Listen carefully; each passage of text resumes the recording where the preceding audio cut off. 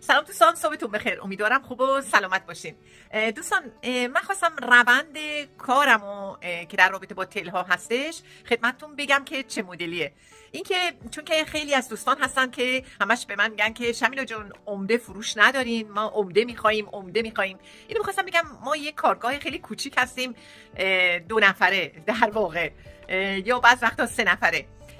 پارچه ها که اینجا طلایی که مشاهده میکنین، پارچه ها همه توسط خودم رفتم تک تک لمس کردم، پارچه ها رو خریداری کردم و خانم خیاط هم زحمت کشیدن. خب الگوهاشو همه رو از ایتالیا آوردم و این یک ایده‌ایه که من تو ایتالیا پیدا کردم و آوردم ایران برای شما، برای خودم، و هیچ مسئله حجاب و اینا هم نیست. این در واقع یک نوع تل عزیزان. چون خیلی ها به من میگن لچک، روسری، اینجور حرفا، اینا یه تله برای زیباتر کردن، به قول من یه استایله. اینم یکی.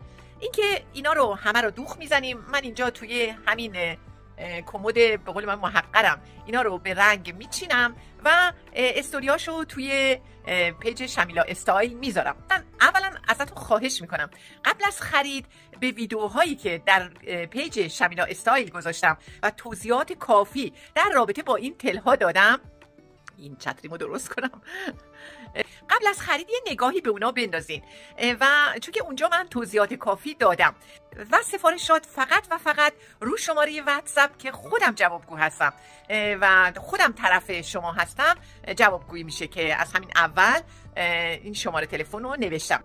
بعد از اینکه شما تل رو انتخاب میفرمایین، من این تل ها رو روی میز میذارم به این صورت. همطوری که میبینین این میز ناهارخوری منه که روش یه پارچه کشیدم و دیگه شده میز کارم، نشده دیگه از میز ناهارخوری در اومده.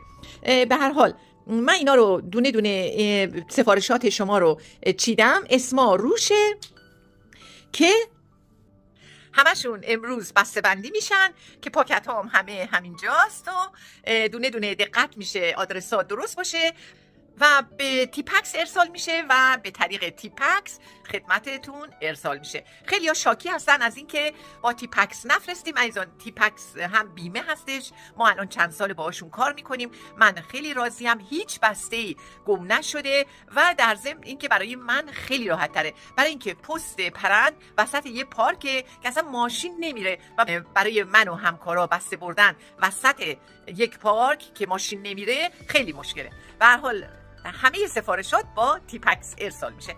قربونتون بشم. امروز هم بسته ها رو آماده میکنیم و خدمت دوستان ارائه میشه.